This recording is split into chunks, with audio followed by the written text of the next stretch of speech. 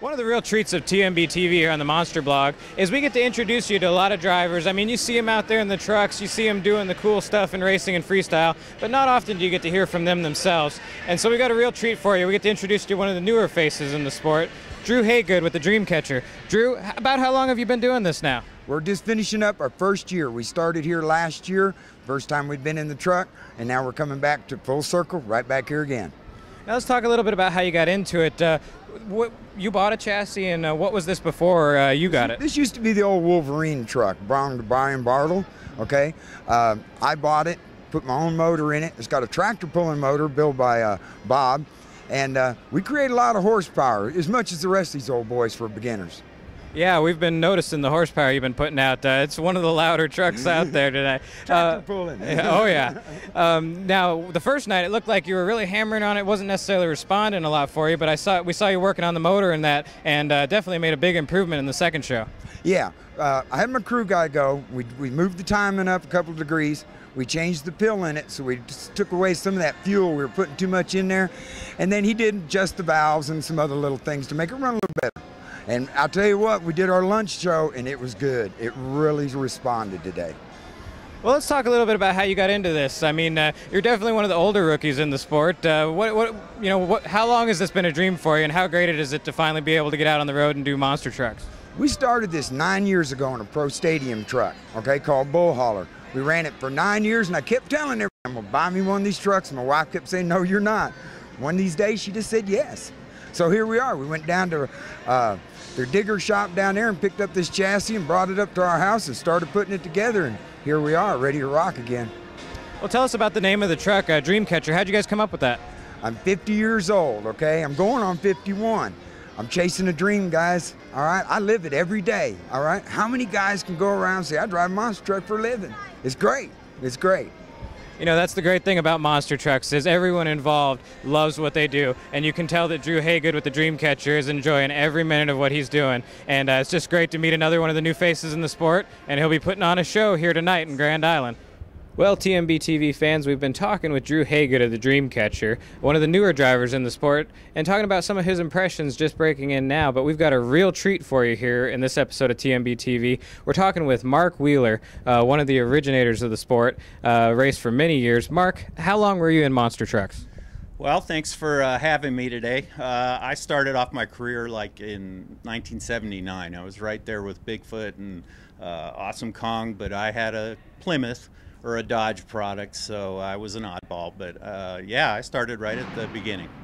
Now talk about what kind of got you into the monster truck thing. Just a big toy to play with, and just kind of started adding on just like most did in the olden days? Yeah, absolutely. You know, I was a four-wheel drive nut like most monster truck guys are, and we started out with my first four-wheel drive that I got when I was in high school. You know, typical. Bigger tires, bigger motor, broken axles, bigger axles, you know, the usual. And we eventually built it up to a point where it was running on 2.5-ton axles, had four-wheel steering, you know, 48-inch Terri tires. Still pretty much a toy we played with in the river. That's a big thing around here. You know, king of the hill out at the river kind of thing, you know, and obviously we had something we could back it up with. And then one day I got a call to see if I could run over some cars with it, you know, and I would have done it for free, but the guy paid me. And we went out in front of 3,000 people, and my wife rode with me, and we just had lap belts on, and, you know, real old school. And so we got that done, and I got paid to do something that I enjoyed doing. I thought, wow, this is really, really wild. How do I get in on this? And so it kind of developed from there. And, you know, that story is, as ones you've heard with Bob Chandler and so many of the originators of the sport, very similar. Just a big toy they like to play with, make the trucks bigger and better. Absolutely. And first thing you know, you're doing crushed cars and you start getting paid for it. And now we have the sport of monster trucks that we have. Tell us a bit about when you started getting into the racing aspect and putting the 66-inch tires on, really building up and really getting into the sport. Sure. You know, we started out as a hobby, and it took us a little while to get up to speed on what we were doing. You know, I wasn't a businessman by any stretch of the imagination. You know, I just happened to have a truck with big tires on it that now all of a sudden made money. So we had to find a way to do it and keep our regular jobs, but eventually it reached a point where we just had so many shows booked that we had to take that scary step and quit the secure job and go out on the road with a monster truck. And, you know, really it was pretty cool. The progression was fast.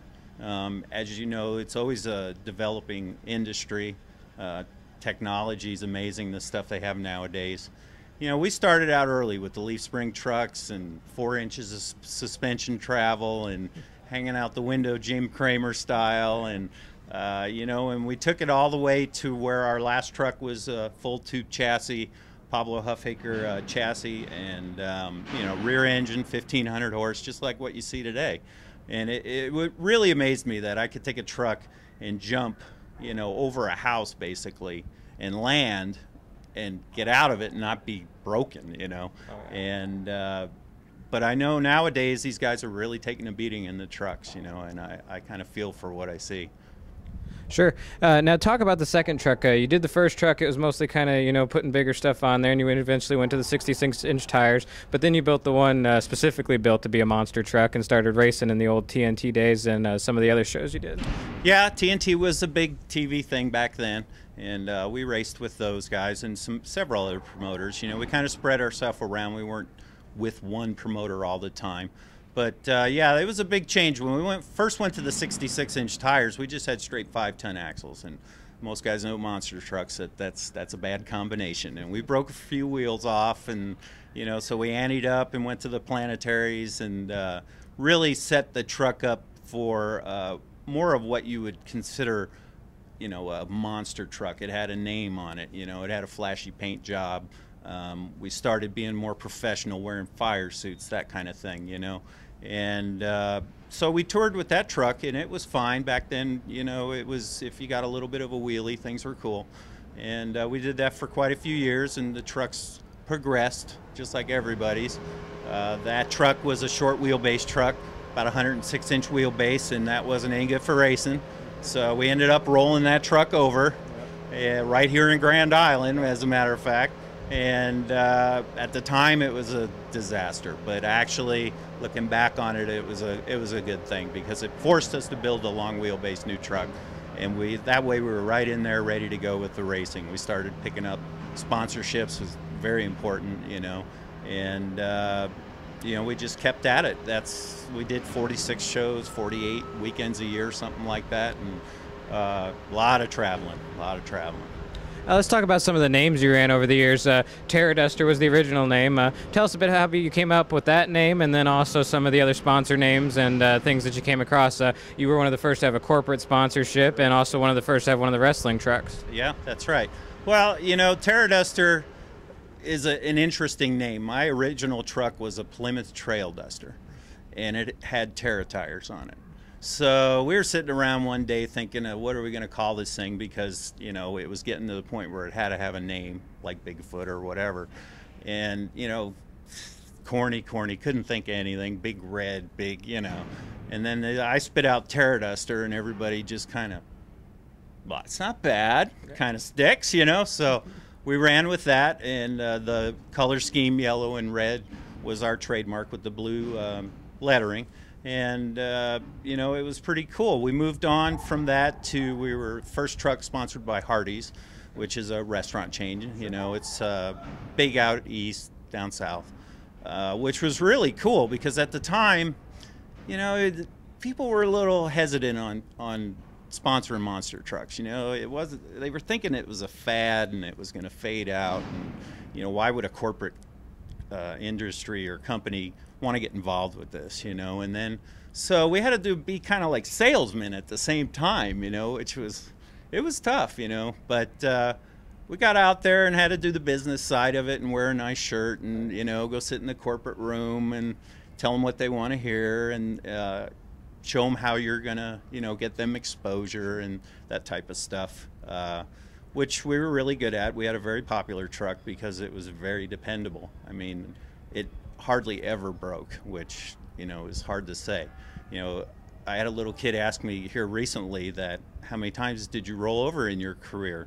you know, and I said, one time in 20 years. And he looked at me and said, you must not be a very good driver. And I was like, well, wait a minute, you kind of got that backwards. I had it up on, it, you know, its nose backwards, upside down, and I managed to drive out of it every time. So